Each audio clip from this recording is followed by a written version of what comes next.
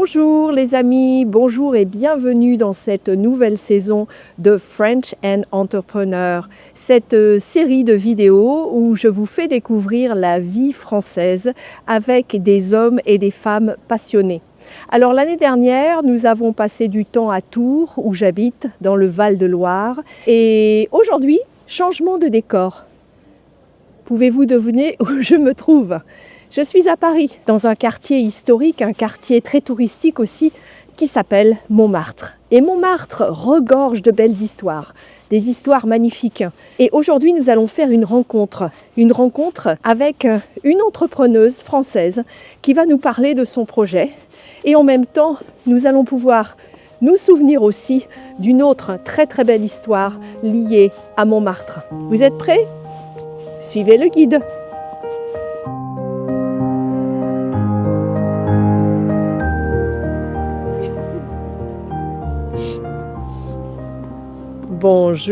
Bonjour Émilie. Bonjour Véronique.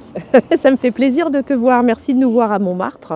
Merci à toi également d'être venue. C'est très sympa, alors évidemment ici on fait toujours un peu d'exercice. Il y a toujours beaucoup d'exercices, mais on monte parce qu'on a des vues magnifiques. Ouais. Et puis il y a aussi beaucoup d'histoires, des belles histoires en fait. Et une de ces histoires, tu vas nous aider à la raconter aujourd'hui. Parce que tu t'appelles Émilie Poulbeau. Voilà, Poulbeau, un nom bien connu des habitants de Montmartre, de Paris. Absolument. Donc on va en parler, on va découvrir qui était cette personne, ce monsieur qui s'appelait Poulbeau. Alors nous voilà à Montmartre et nous sommes dans le cœur de Montmartre, Émilie. Nous sommes près de la célèbre place du Tertre. Oui, c'est ça. Et c'est là qu'on retrouve les bureaux de l'association des petits Poulbeaux. Donc de nouveau ce nom, Poulbeau, qui revient. Voilà, dirigé par Joël. Et qui existe depuis plus de 100 ans maintenant. Et qu'est-ce qu'elle fait cette association ? Alors, ce sont des entrants qui vivent du tambour. En fait, c'est que l'association a été créée par M. Portier Oui. pour occuper les enfants pop de l'époque, pour en sorte de jouer du tambour rassurant. Et 100 ans plus tard, cette association existe toujours. D'accord. Et donc, on retrouve nos gloires de tambour lors de festivals comme la fête des vendanges ou les inaugurations. Et c'est ici donc le siège de cette association, si je comprends bien. Oui, c'est ça. Et nous sommes, je n'ai pas menti, on a encore les décorations de Noël, c'est très festif. Nous sommes sur la célèbre place du Tertre, où il y a des artistes ici depuis très très longtemps maintenant. C'est calme évidemment, on est en janvier. C'est pas dimanche, si vous revenez dimanche, ce sera plein de pain et il y aura une prise de tout. Absolument. Alors Émilie, ton nom on l'a dit, c'est Poulbeau. Il y a donc un lien entre toi, Poulbeau, on le découvrira un peu plus tard dans cette vidéo. Mais ta famille à l'origine, elle est d'où ? Alors, notre famille, tout comme celle de Francisco Poulbeau, est originaire du nord de la France, d'un petit qui s'appelle Neuvillette. Neuvillette. Oui, c'est Roche-Romec et puis la Grappe, au nord de la France. Et donc, on a promis de Lure, en presque Bugo, donc à Guérénalier, dans la banlieue parisienne. Oui. Tu comme moi. Voilà, donc j'ai déménagé du nord de la France à la banlieue parisienne. Sauf voilà, elle est un peu plus grande qu'il y a 100 ans, la banlieue parisienne. Donc Francisco Poulbeau est né à Saint-Denis, qui est près de Paris. À cette époque, la banlieue, c'était Saint-Denis. Maintenant, nous sommes à Grand Paris et là, on voit c'est plus de. Et donc Poulbeau, il va arriver. Le même chemin. Vous avez tout à fait voyagé dans la même direction. Et puis on va voir qu'il y a d'autres points communs, un petit peu plus tard quand on va en parler. Donc Poulbeau, il arrive à Paris et il va s'installer assez rapidement dans le quartier de Montmartre, où en tout cas il passait beaucoup de temps. Et il va faire énormément de choses pour aider les enfants de Montmartre. Oui, voilà, il aime beaucoup les enfants de Montmartre, il les dessine avec un peu des héros de Les Fauches. Et donc, pour le maire de Romalisé, il a fait une application pour leur venir en aide. Et voilà, donc il est représenté dans des journaux, dans des livres, il a pris des enfants qui servaient de modèle. C'est un homme, je crois c'est un homme très bon, hein. Il avait la réputation d'être très très bon, d'être gentil, d'aimer énormément les enfants. Mais c'est aussi, et les enfants l'aimaient beaucoup, et c'était un patriote, Poulbeau. Et pendant la Première Guerre mondiale, il va utiliser les dessins pour en fait soutenir le moral des troupes un petit peu, hein. Oui, et dans la seconde, il sera interdit de publication.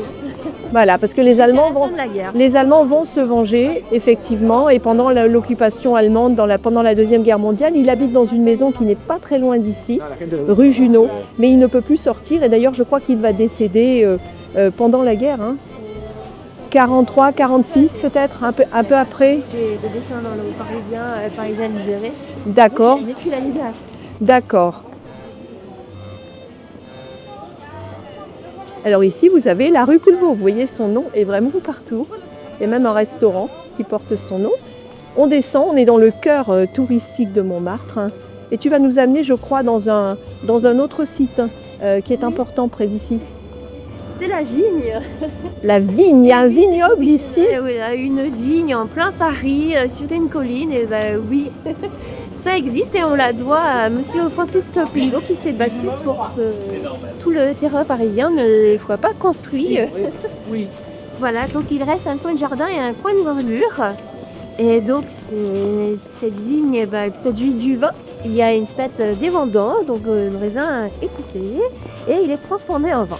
Et devine où il est transformé en vin, où a lieu la fermentation et la mise en bouteille. Alors écoute, je ne sais pas, il me semble qu'à Montmartre, il n'y a pas vraiment de place pour faire tout ça, donc où est-ce que c'est fait? Eh bien, ça se fait dans les sous-sols de la mairie. La mairie du 18e? Oui, voilà. Du 18e arrondissement? Voilà. C'est la seule mairie en France et peut-être au monde où il y a des cuves de fermentation dans le sous-sol. Incroyable, incroyable. Voilà, donc ils produisent quand même pas mal de bouteilles. Et donc il y a une fête en mois d'octobre, tous les ans, où on peut venir goûter le vin des avocats. Incroyable. Et nous y voilà. Le Clos Montmartre. La vigne du Clos Montmartre. Oh, bah dis donc, il y a des poignées intéressantes. Oui, c'est ça, petite originalité fantaisie de l'époque qui prouvait qu'ils aimaient bien s'amuser et rigoler. Ce sont des poignées en forme de bouteilles de vin. Original, bien sûr, c'est fermé à clé, hein, ça ne s'ouvre que pour certaines occasions. Et là, derrière, nous avons une plaque. Alors, c'est peut-être difficile à voir de là où nous sommes, mais c'est une plaque, c'est un médaillon avec le visage de Francisque Poulbeau. Et il est écrit « Il sauvegarda ce site ». Donc, il a aidé à sauver ce site avec ses amis, hein, c'est ça. Voilà. Parce que sinon, on aurait eu des immeubles, puisque c'était la tendance après la Première Guerre mondiale. Et ils ont réussi à sauver le site. Et vous voyez que c'est un endroit très connu. Il y a beaucoup de touristes. Et je crois qu'ils font pas mal de bouteilles chaque année avec ce vignoble, mais qu'en fait, c'est vendu, c'est pour des œuvres caritatives, hein, je crois. Il me semble. Donc il y en a pas mal qu'on utilisait à la fête des vendanges. Je sais qu'on peut aussi en retrouver quelques-unes au musée Montmartre, si vous voulez en acheter. Qu'on aperçoit les amis, le musée Montmartre. Il est là, juste au-dessus de nous. Voilà. Et après, ils en font donc de quelques bouteilles aux personnes qui sont dans les associations. Pour les remercier.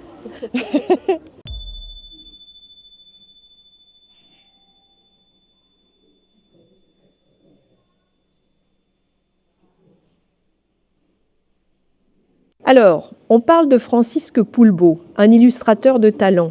Est-ce que tu peux nous expliquer pourquoi ces illustrations sont devenues aussi célèbres et quand surtout? Alors, du début de la Première Guerre mondiale à la fin de la Seconde Guerre mondiale, on pouvait retrouver dans les journaux ce style de dessin d'enfant. Donc, ces dessins ont été réalisés par monsieur Francisque Poulbeau. Ces enfants commentaient l'actualité et ils étaient très populaires. On les retrouvait notamment dans le journal Le Parisien. Et donc Francisque Poulbeau utilisait comme modèle les enfants pauvres des rues de Montmartre.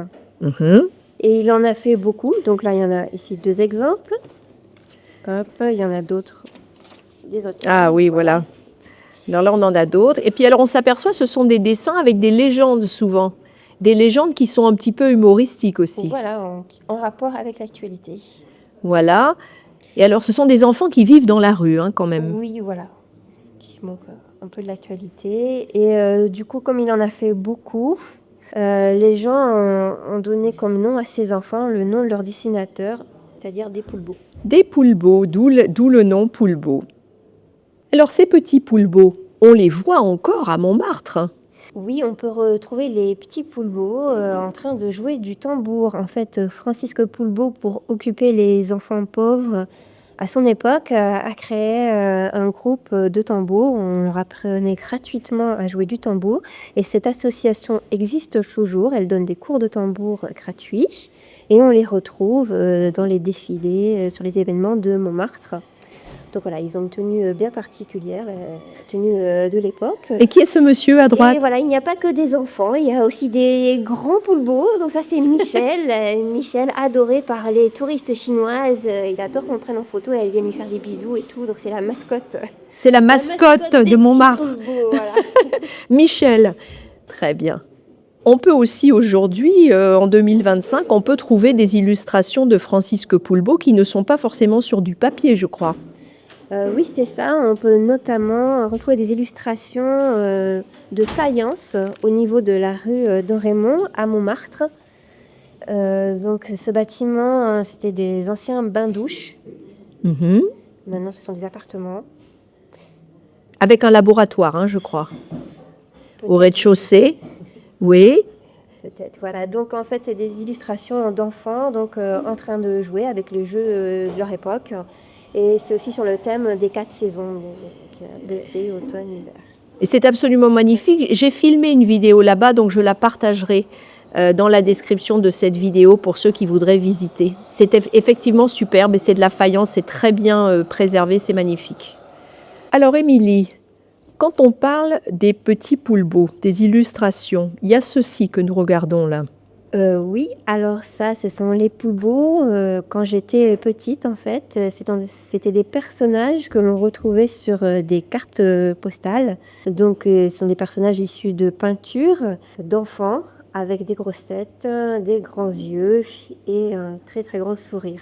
D'accord, donc ça, ce sont des Poulbeaux qui n'ont pas été créés par Francisque Poulbeau. C'est une adaptation, je crois que c'était dans les années 80 à peu près. Voilà. Et les touristes en étaient friands. Voilà, Hein. c'était pour les touristes. Oui, c'était les mascottes de Paris. Très bien. Émilie, nous avons parlé des Poulbeaux de Francisque Poulbeau. Nous avons parlé de la renaissance des Poulbeaux dans les années 80 avec ces petites cartes postales touristiques très sympathiques. Et aujourd'hui, les Poulbeaux reviennent et même s'appellent les Poulbottes. Et oui, vu que mon prénom c'est Émilie, j'ai ajouté un E à la fin, donc ce sera des Poulbottes. Donc que des filles. Que des filles. Oui, voilà. Alors parle-nous de tes jolies Poulbottes. Alors les Poulbottes, eh ben, écoutez, les voici. Donc en fait, ce sont des personnages. Donc elles sont dynamiques, mignonnes, avec un grand sourire. Le but est qu'elles redeviennent les copines des enfants d'aujourd'hui. Et elles habitent forcément Paris et l'Île-de-France. Donc elles vous font découvrir Paris et ses alentours avec un grand sourire en s'amusant. J'ai gardé cet aspect jeu, jouet qu'adorait Francisque Poulbeau. Vous étiez un grand enfant, Poulbeau. Tout le monde le dit, il adorait les petits-enfants. Oui, Ouais, moi ouais. aussi je suis un grand enfant. Donc on s'adresse aux petits et grands enfants. Alors attends, là, mais elle parle anglais, tes Poulbottes, Donc, là. oui, voilà, il y a un livre en français et un livre bah en oui. anglais. Oui. Et donc, elles adorent se déguiser et poser des devinettes. Alors, je vais en faire voir quelques-unes. Alors, par exemple, voilà. Ici, nous en avons une qui est déguisée en un célèbre monument parisien avec des French baguettes. Voilà, donc je vous laisse deviner à quel monument ça vous fait penser. C'est difficile comme question. Ah, De quel monument parisien s'agit-il? Voilà. Et ensuite, nous avons Mariannette. Mariannette qui est ici, qui joue aux révolutionnaires sans culotte, place de la Bastille.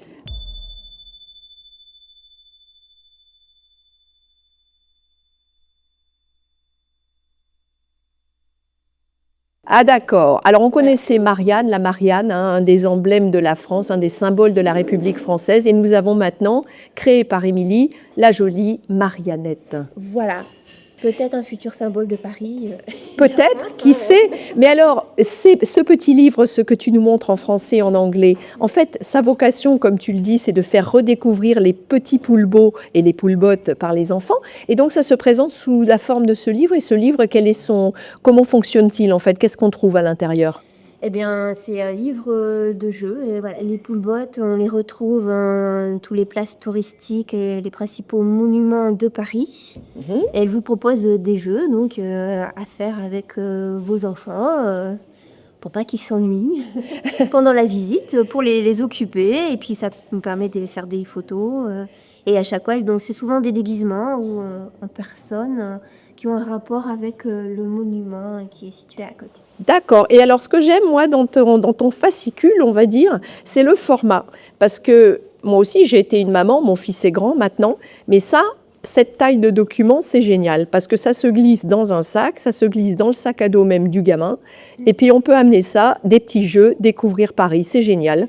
Et il y a même un plan de métro spécial pour les enfants. Ah, ils ont leur propre plan de métro. Je vous laisse le découvrir dans le livre, et oui. Très bien, merci beaucoup. On a vu le fascicule, mais il y a d'autres choses. Tu réserves encore quelques petites surprises. Oui, voilà, donc pour les enfants, pour qu'ils découvrent Paris et qu'ils aiment toujours dessiner et colorier et pas seulement regarder des téléphones portables et des tablettes.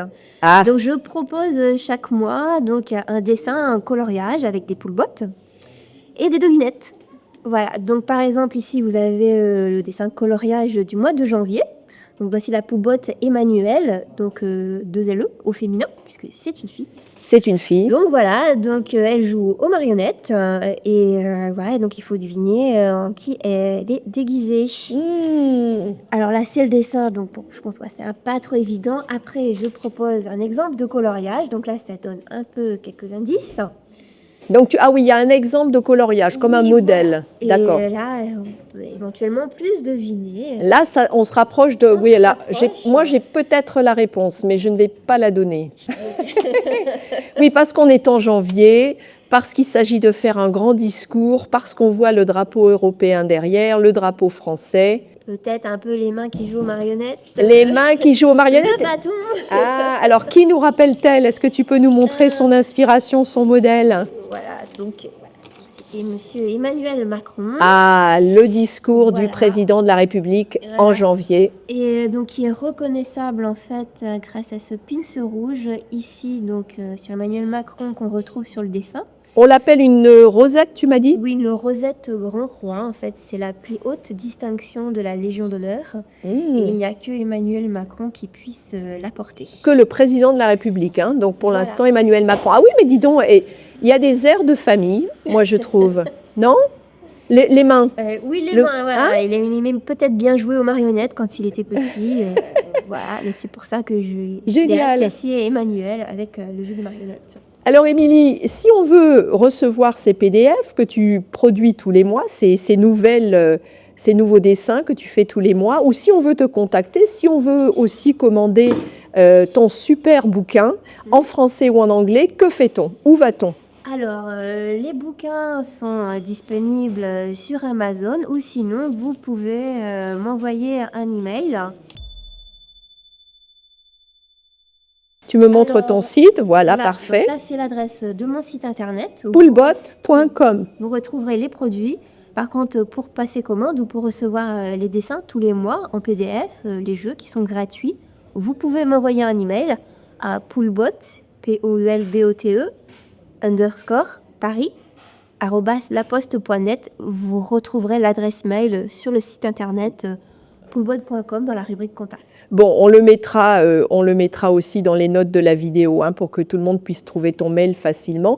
Bon, ben écoute, c'est très bien tout ça. Je te remercie, Émilie, de nous avoir consacré un grand moment cet après-midi dans le superbe quartier de Montmartre. Et puis, j'espère que nos amis apprécieront et qu'ils viendront te rendre visite sur poulbotte.com. Voilà.